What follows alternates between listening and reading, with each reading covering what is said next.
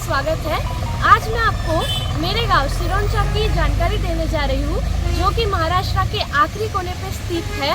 मैं यहाँ की कुछ ऐतिहासिक स्थलों की आपको जानकारी दूंगी, तो चलिए देखते हैं। सिरोंचा तहसील महाराष्ट्र की सीमा पर स्थित ऐसी तहसील है जो ब्रिटिश के ज़माने में जिला मुख्यालय था। सिरोंचा तहसील का 1865 से 1878 तक मध्य प्रांत में समावेश था। 1874 में सिरोंचा तहसील का मद्रास प्रेसिडेंसी में समावेश किया गया। उस समय सिरोंचा में पूर्व गोदावरी जिले का मुख्यालय रखा गया था। तेलंगाना के नुपुर, अलबका, चेरला ये 3 तहसील को मिलाकर सिरोंचा तहसील का पुनः निर्माण किया था। स्वतंत्रता प्राप्ति के बाद सिरोंचा का समावेश मध्य वराड प्रांत में किया गया था। उसके बाद जब महाराष्ट्र राज्य का निर्माण हुआ तब चांदा जिले में सिरोंचा का समावेश था। उसके बाद गढ़चिरोली जिले का निर्माण हुआ। सिरोंचा तहसील का समावेश गढ़चिरोली जिले में किया गया। सिरोंचा तहसील में विविधता में एकता दिखकर आती है। यहाँ तेलुगु, हिंदी, मराठी, गोंडी, माड़िया भाषा बोली जाती है। उसी तरह सभी धर्म के अलग अलग त्यौहार स्थानीय परंपरा के अनुसार मनाए जाते हैं। सबसे पहले मेरे पीछे यहाँ प्राणहिता नदी है, जो कि सिरोंचा की पहचान है। इस नदी का उगम चपराड़े के पास होता है, जहाँ से वैनगंगा और वर्धा नदी का संगम होता है। यह नदी बहती हुई 100 किलोमीटर बहती हुई हमारे गांव सिरोंचा में आकर गोदावरी नदी के पास मिलती है। इस नदी पे हजारों किसान अपनी फसल उगाते हैं और मछुआरे मछलियां पकड़ते हैं। तेलंगाना सरकार ने भी इस नदी पे कई बांध बनाए हैं। अब आपको अगले लोकेशन पे लेके जाती हूँ, जो कि है हमारे सिरोंचा का रेस्ट हाउस। तो चलिए चलते हैं। अंग्रेज़ों के कार्यकाल में सिरोंचा में जब मिशनरियों ने काम शुरू किया तब यहाँ पर कई बड़ी इमारतों का निर्माण किया गया था। सबसे बड़ी इमारत थी सिरोंचा के गेस्ट हाउस का निर्माण। 1910 में 11,000 रुपये खर्च कर इस गेस्ट हाउस को बनाया गया था। गेस्ट हाउस का निर्माण इस तरह किया गया था कि जहाँ से 12 किलोमीटर तक का क्षेत्र दिख सके। पूर्व गोदावरी जिले के जिलाधिकारी ग्लासफोर्ड का कार्यालय यहाँ पर ही था।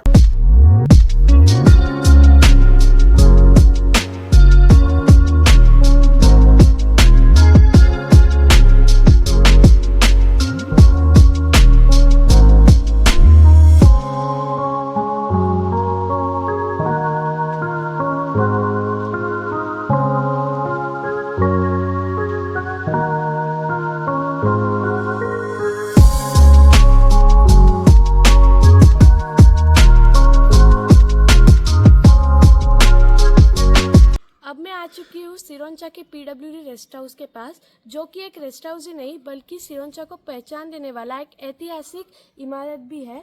इसको निर्माण को पूरे 100 साल हो चुके हैं, जिसका खर्च पूरा 11,000 रुपये था। एक ज़माने में यहाँ पे ब्रिटिश कलेक्टर रहते थे, जिनका ऊपर निवास स्थान था और नीचे ऑफिस था।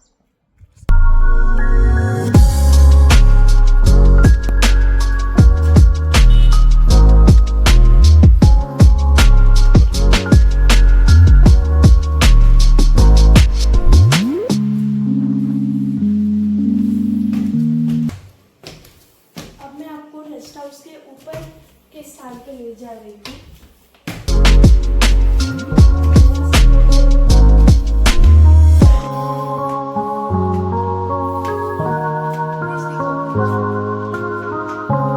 अब मैं आ गई हूँ सिरोंचा की सबसे ऊंची जगह पर, जहाँ से हमारे गांव सिरोंचा का पूरा नज़ारा दिखता है। यह रेस्ट हाउस यहाँ से पूरा सिरोंचा चारों तरफ यहाँ का नज़ारा दिखता है हमें। यहाँ से हमें प्राणहिता नदी जो 2 किलोमीटर बहकर वहाँ गोदावरी में मिल रही है, वो भी हमें दिख रहा है। उस साइड तेलंगाना बॉर्डर है, हम देख सकते हैं। इस रेस्ट हाउस को एक ज़माने में कांच का बंगला भी कहा जाता था, जिसको तेलुगु में अद्दाल मेड़ा के नाम से भी जाना जाता था।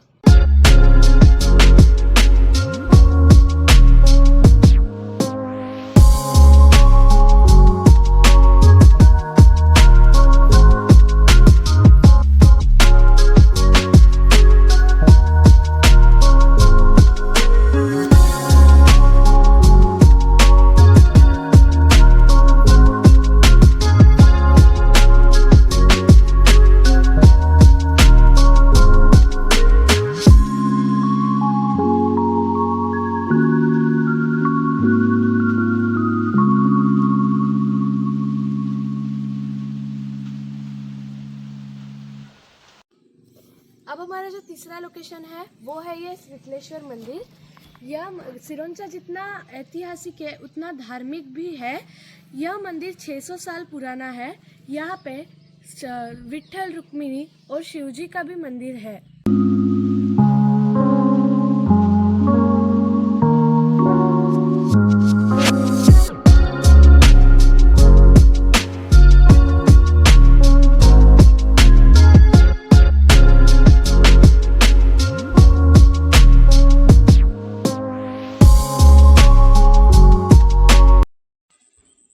विठलेश्वर मंदिर के साथ साथ सिरोंचा में ऐसे कई मंदिर हैं जिसमें प्रमुखता से बालाजी मंदिर, जिसका महत्व ये है कि तिरुपति बालाजी भगवान ने पंडित जी के सपने में आके कहा कि मेरी मूर्ति वहाँ रखी हुई है। उसके बाद उनको मूर्ति मिली और वहाँ पे वो मंदिर स्थापित हो गया। और इसके साथ साथ मेरे परदादा जी ने बनाया हुआ शिव मंदिर है जो कि बस स्टैंड के मुख्य चौक में स्थापित है। इसके साथ साथ यहाँ पे गणेश जी का मंदिर, पोचम्मा देवी का मंदिर और हनुमान जी का मंदिर भी है। सिद्धेश्वर मंदिर भी है। तो आप अभी मेरे पीछे जो झाड़ देख रहे हैं, ये पहले एक पौधे के रूप में मेरे दादा के दादा गोवर्धन जी तिवारी और उनकी पत्नी सीताबाई तिवारी ने मिलकर लगाया था। यह वृक्ष अब 60 साल पुराना हो चुका है। एक जमाने में जब सिरोंचा में बस स्टैंड नहीं था, तब यहाँ सिरोंचा की बसेस भी यहाँ पे इस कंपाउंड में आके ही खड़ी रहती थी। पहले ये कंपाउंड नहीं था, अभी इनको कंपाउंड बनाया गया है। और यहाँ पे एक शिवलिंग था जिसकी स्थापना अब इस मंदिर में, हमारे इस मंदिर में दादा के दादा ने की है। इस मंदिर का पूर्ण निर्माण हमारे दादाजी घनश्याम तिवारी और शिवराज तिवारी ने पुनः किया।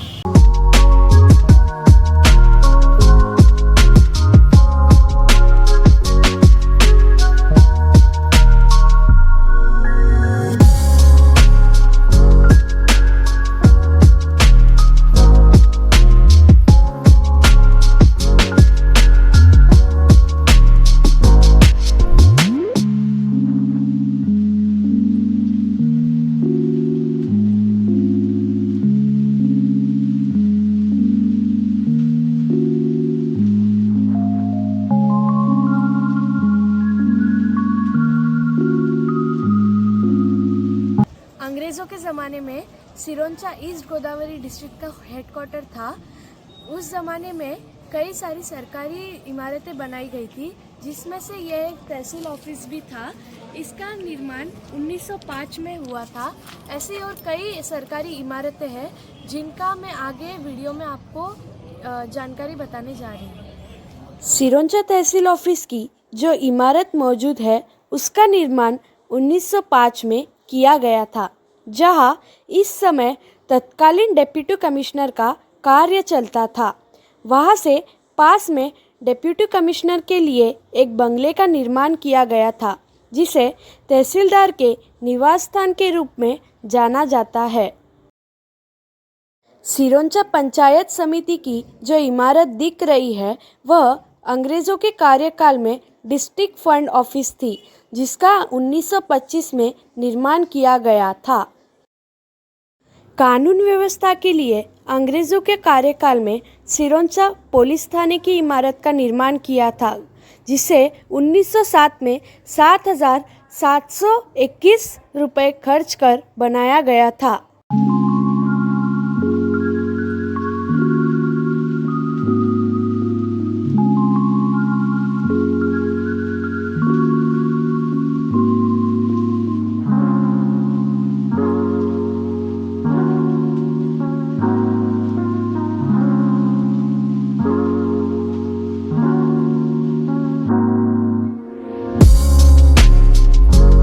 ब्रिटिश कॉलोनी सिरोंचा में शिक्षा का एकमात्र स्थान ये पाठशाला थी। इस पाठशाला के सामने मैं अभी खड़ी हूँ।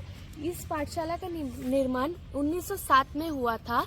हाल ही तक यह विद्यालय शुरू था और इस विद्यालय में पहली से 7वीं तक की शिक्षा हिंदी और अंग्रेजी के माध्यम से दी जाती थी। यहाँ से शिक्षित हुए कई विद्यार्थी अभी बड़े बड़े पदों पर खड़े हैं। अंग्रेज मिशनरी जब सिरोंचा में आए उस समय उन्होंने छत्रपति शिवाजी महाराज चौक के परिसर में 1907 में एक पाठशाला का निर्माण किया था, जिसे FCD यानी फ्रांसिस सी डेविड इस नाम से पहचाना जाता था। पहली से 7वीं कक्षा की इस पाठशाला में अंग्रेजी और हिंदी के माध्यम से शिक्षा दी जाती थी। इस पाठशाला के साथ यहाँ पर एक चर्च का निर्माण किया गया, जिसे भारतीय मेथोडिस्ट चर्च के नाम से जाना जाता है।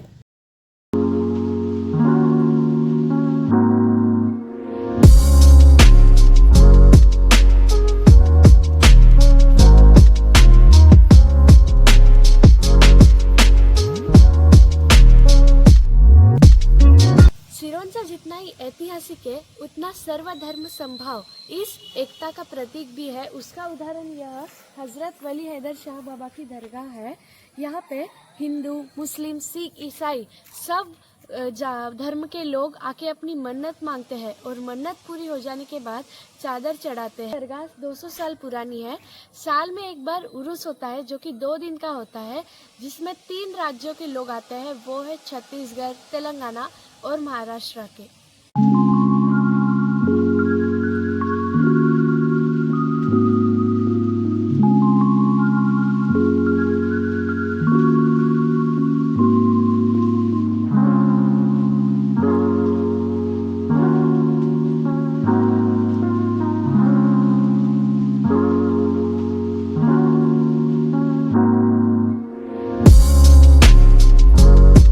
सिरोंचा तहसील चारों ओर से नदियों से घिरा हुआ है।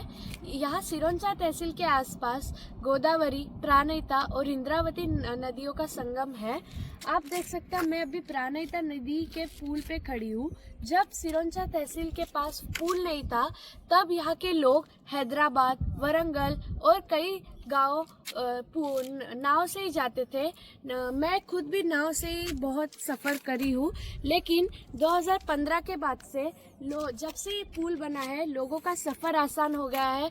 बहुत जल्द लोगों का सफ़र हो जाता है और ये पुल 2 राज्य जो कि महाराष्ट्र और तेलंगाना इनको जोड़ता भी है। और आप देख सकते हैं महाराष्ट्र के लोग तेलंगाना में आ सकते हैं और तेलंगाना के लोग महाराष्ट्र में आ सकते हैं बहुत आसानी से और बहुत जल्दी।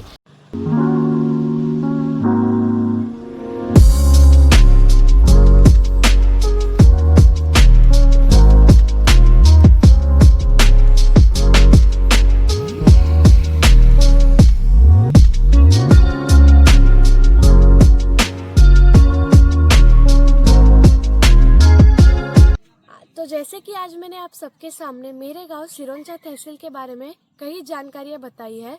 पूरी जगह तो मैं आपको दिखा नहीं पाई, लेकिन मेरे से जितना हो सकता है मैंने उतनी पूरी परिचय आपको मेरे गांव सिरोंचा से करवाया है।